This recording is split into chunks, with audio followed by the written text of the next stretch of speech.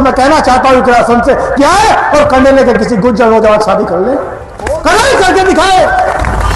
3 तलाक से बच जाएगी, 3 तलाक से बच जाएगी, ससुर के साथ हलाला करने से बच जाएगी, हलाला भी नहीं करना पड़ेगा कभी जीवन में।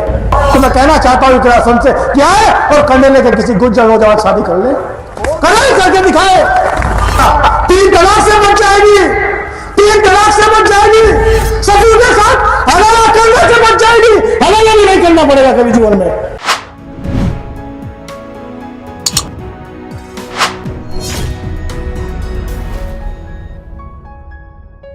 नमस्कार दोस्तों, इस भगवाधारी का बयान आपने सुना। सांसद इकरा हसन किसी गुज्जर से शादी करके दिखाए, इससे वो 3 तलाक और ससुर के साथ हलाला से बच जाएगी। एक मुस्लिम महिला सांसद के लिए कितना घिनौना बयान है ये। कैराना की सपा सांसद इकरा हसन के लिए पहली बार जब मैंने ये बयान साधु संत के वेश में दिख रहे इस भगवाधारी की जुबान से सुना तो पहले तो यकीन नहीं हुआ।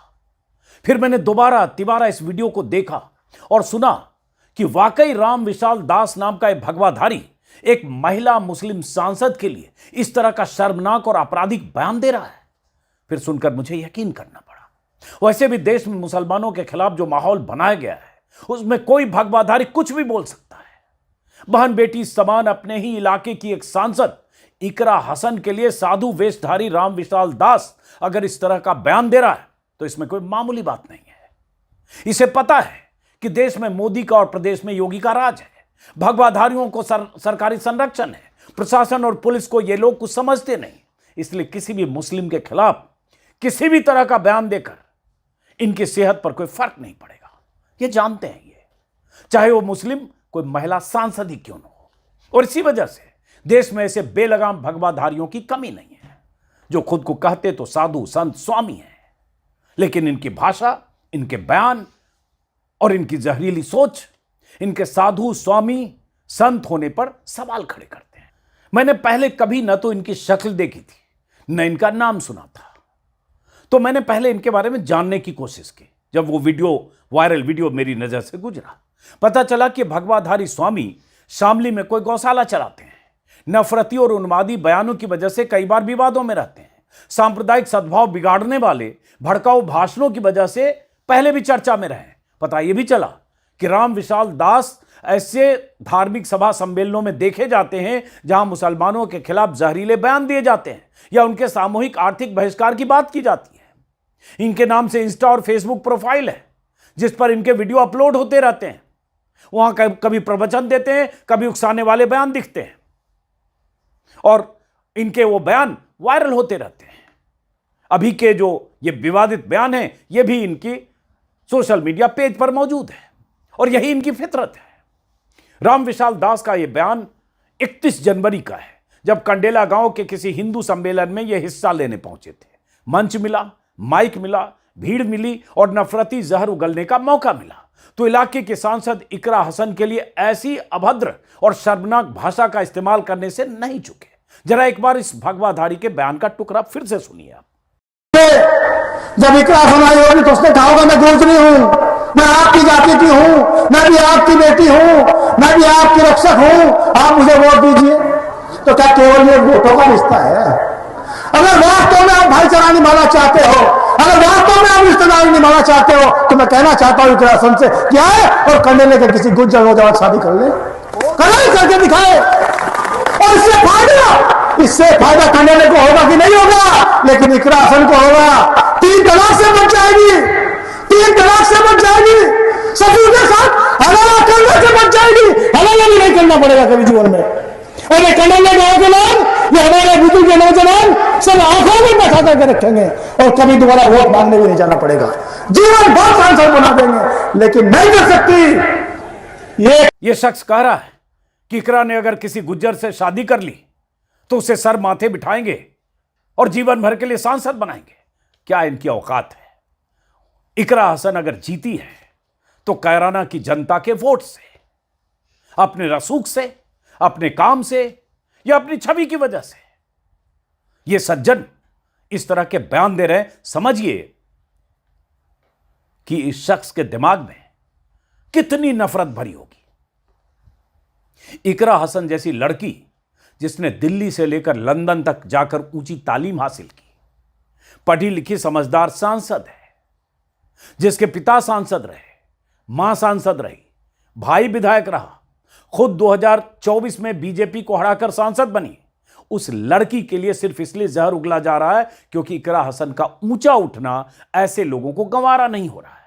कैराना से सांसद रहे मुनव्वर हसन की बेटी इकरा जिस परिवार से आती है, उस परिवार के लोगों का कहना है कि पीढ़ियों पहले उनका धर्मांतरण हुआ, उनकी वंशावली गुर्जर समुदाय की है, इसलिए खुद को ये लोग गुर्जर मुसलमान मानते हैं, गुर्जर ही कहते हैं।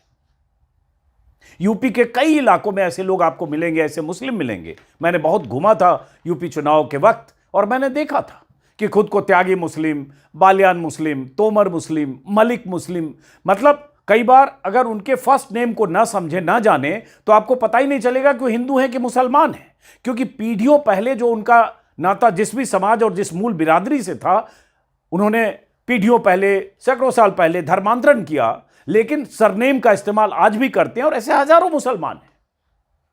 लेकिन खैर यहां यह मुद्दा नहीं है। मुद्दा यह है कि बेटी की उम्र की एक मुस्लिम सांसद को कैसे निशाना बनाया जा रहा है और शर्मनाक बयान दिया जा रहा है। इन्हें पता है कि कुछ भी बोलकर बचा जा सकता है, कट्टर हिंदुत्ववादी ब्रिगेड की तालियां बटोरा जा सकता है, तभी तो ये बोल रहा है। क्या यह किसी साधु संत की भाषा है? पता नहीं इकरा हसन इस शख्स के खिलाफ शिकायत दर्ज कराती है या नहीं, और अगर शिकायत दर्ज कराती है तो पुलिस कोई कार्रवाई करती है या नहीं, इसका भी हमें इंतजार रहेगा। उम्मीद तो यह की जानी चाहिए कि जैसे कोट द्वार में एक मुस्लिम बुजुर्ग की दुकान पर नाम बदलवाने की जिद ठाने बजरंग दल की मुखालफत दीपक कुमार नाम के शख्स ने की थी, वो हिंदू है, उसी तरह से इलाके के लोगों को इकरा के समर्थन में आकर इस भगवाधारी की लानत मलामत करनी चाहिए, जताना और बताना चाहिए कि इकरा हसन सिर्फ मुस्लिम होने की वजह से किसी भगवाधारी का निशाना नहीं बन सकती। वो इलाके की बेटी है, बहन है। लेकिन ऐसा होगा क्या?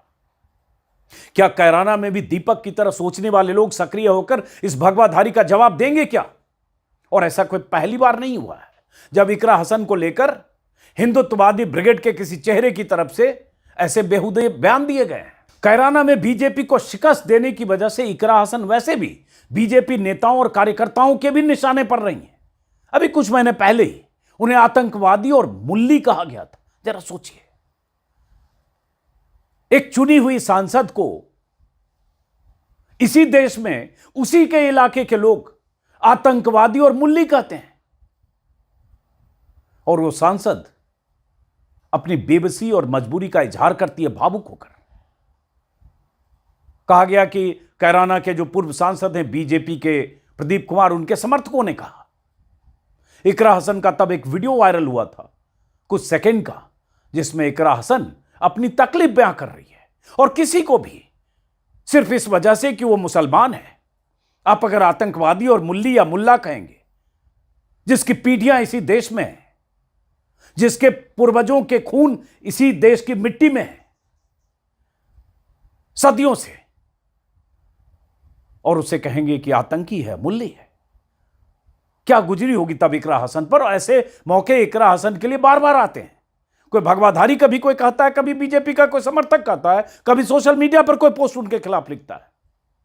लेकिन जब उन्हें आतंकवादी और मुल्ली कहा गया था तो इकरा हसन ने क्या कहा था, जरा वो सुनना जरूरी है, ताकि उस दुख और तकलीफ को आप भी महसूस करें। और अगर मैं खंडन करती हूँ उस लड़के का जिसने उस बहन को कुछ कहा है, मेरा सवाल माननीय पूर्व सांसद जी से है, क्या वो अपने समर्थक का खंडन करेंगे जिनसे वो मुझे गाली दिलवा रहे हैं? क्या उनके घर में बहन बेटी नहीं है? सही है जी सवाल। मेरा सवाल सीधा सिर्फ उनसे है कि उनका अत्यंत नजदीकी समर्थक, पहले मुझे मुल्ली कहा गया, मुझे आतंकवादी कहा गया, मेरे बाप तक को गाली दी गई, मेरे भाई को कहा गया। जो लोग ये पूछते हैं कि मेवात वालों को माफ कर दिया था और उसे क्यों नहीं माफ किया, उन्हें मैं ये बताना चाहती हूँ कि ये पहली घटना नहीं है, ये पहली नहीं है घटना। और सीधी सीधी जो गंदी गालियां दी गई हैं, वो सिर्फ मेरे नहीं लगी, मुझे नहीं फर्क पड़ता, न उस व्यक्ति से पड़ता, न उसके चरित्र से पड़ता, न उसकी बोली से पड़ता। लेकिन जो संदेश समाज में जा रहा है, और मुझे खुद कप्तान साहब का फोन आया कि आप तहरीर भिजवाइए, मैंने नहीं उन्हें करा, वो भी आज यहीं पे है, कोई भी जाके उनसे ये बात पूछ सकता है, क्या मैंने उन्हें करा था कि तहरीर दो? कप्तान साहब ने खुद मंगवाई। और ऐसे लोगों के खिलाफ कार्रवाई होनी चाहिए।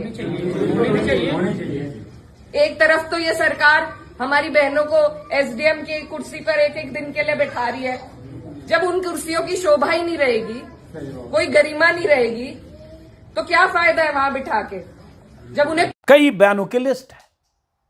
और यह देश में चूंकि ऐसा माहौल बना है, जैसा कि मैंने कहा, अगर मुस्लिम है तो कोई भी कुछ भी कर सकता है। संसद के भीतर आपने देखा और सुना होगा कि कैसे रमेश बिधूरी नाम के बीजेपी के सांसद ने दानिश अली नाम के सांसद को, क्योंकि वो मुस्लिम थे, उनकी धार्मिक पहचान के आधार पर चोट करते हुए मुल्ला, कटुआ और आतंकवादी जैसे शब्दों का इस्तेमाल किया और एक तरह से डराया, धमकाया, चेताया, और उसका कुछ बिगड़ा नहीं रमेश बिधूरी का। ऐसी बहुत सारी घटनाएं हैं। लेकिन इकरा हसन और सोफिया कुरैशी, अभी ऑपरेशन सिंदूर के दौरान, कि सोफिया कुरैशी को मध्य प्रदेश सरकार के, बीजेपी सरकार के मंत्री विजय शाह ने आतंकियों की बहन बता दिया था। मामला सुप्रीम कोर्ट तक गया, हाई कोर्ट से सुप्रीम कोर्ट तक। उसकी माफी कबूल नहीं हुई, लेकिन उसकी कुर्सी नहीं गई, क्योंकि सबका मालिक एक है। देश में मोदी जी का राज है, खुली छूट है ऐसे लोगों को। इकरा हसन के मामले में मैं पहले भी एक बार, मेरे ख्याल से 2025 की बात है, पिछले साल ही, कोई करनी सेना का एक नेता है, उसने भी बहुत ही बेहुदा बयान दिया था, वीडियो जारी किया था। इसी तरह की बात उसने की थी कि इकरा हसन से मैं शादी कर लूंगा, और कुंवारी है, पता नहीं, मतलब ये सब पढ़ के सुन के घृणा होती है कि इस तरह के लोग समाज में हैं और उनका कुछ बिगड़ता नहीं है। ये शख्स, ये बयान पिछले साल बहुत वायरल हुआ था। पता नहीं इनके खिलाफ कोई कार्रवाई हुई नहीं हुई, शायद मामला दर्ज हुआ था। करनी सेना के ये नेता हैं योगेंद्र राणा। सभी हिंदू भाइयों को जय श्री राम और मुस्लिम भाइयों को अस्सलाम वालेकुम व रहमतुल्लाहि व बरकातहू। नहमदुहु नुसल्ली अल्ला रसूलिहिल करीम, अम्मा बाद, बिस्मिल्लाहिर्रहमानिर्रहीम। मैं ठाकुर योगेंद्र सिंह राणा, एडवोकेट, बल्द, स्वर्गीय श्री पृथ्वी सिंह, इकरा हसन माननीय सांसद कैराना, बल्द, मरहूम मुनव्वर हसन साहब से निकाह कबूल फरमाता हूँ। वो भी कबूल करें, वो मुस्लिम धर्म अपनाए रखें, मेरे घर में नमाज पढ़ सकती हैं, मुझे कोई एतराज़ नहीं है। और बशर्ते मैंने अपनी शर्तें रखी हैं कि अकबरुद्दीन ओवैसी साहब और असदुद्दीन ओवैसी साहब मुझे जीजा कहकर बुलाएंगे, और मैं हिंदू ही रहूँगा, ऐसे ही टीका लगाऊंगा, क्योंकि हमें यही साथ रहना है, हिंदू मुस्लिम भाई भाई। तो मुझे ये निकाह कबूल है। और जैसा कि मैंने कहा, ये कोई पहला मौका नहीं है। ये देश में ऐसा माहौल बना दिया गया है कि आप कुछ भी बोलकर कहकर निकल सकते हैं। ऊपर के प्रधानमंत्री सबसे शीर्ष पर बैठे जब मुसलमानों को कपड़ों से पहचान लेते हैं, मुसलमानों को घुसपैठिया और ज्यादा बच्चा पैदा करने वाली जमात बता देते हैं, तो नीचे वाले लोग आर्थिक बहिष्कार करने से लेकर रोज गद्दार और देशद्रोही और पाकिस्तान चले जाओ के नारे बुलंद करते हैं। तो ऊपर से नीचे तक यही रवैया है, यही रवायत है बीजेपी राज में। और यही वजह है कि एक सांसद को, पढ़ी लिखी जिम्मेदार सांसद को, इस तरह से एक भगवाधारी टारगेट करता है उनकी धार्मिक पहचान के आधार पर, और इस तरह की भाषा का इस्तेमाल करता है कि सुनकर किसी को भी बहुत गुस्सा आ जाए और लगे कि क्या हो रहा है, लेकिन पता नहीं। खैर, बहरहाल, नाराजगी और खींच के अलावा हम लोग कर क्या सकते हैं। इस वीडियो को यहीं खत्म करते हैं, फिर मुलाकात होगी। नमस्कार।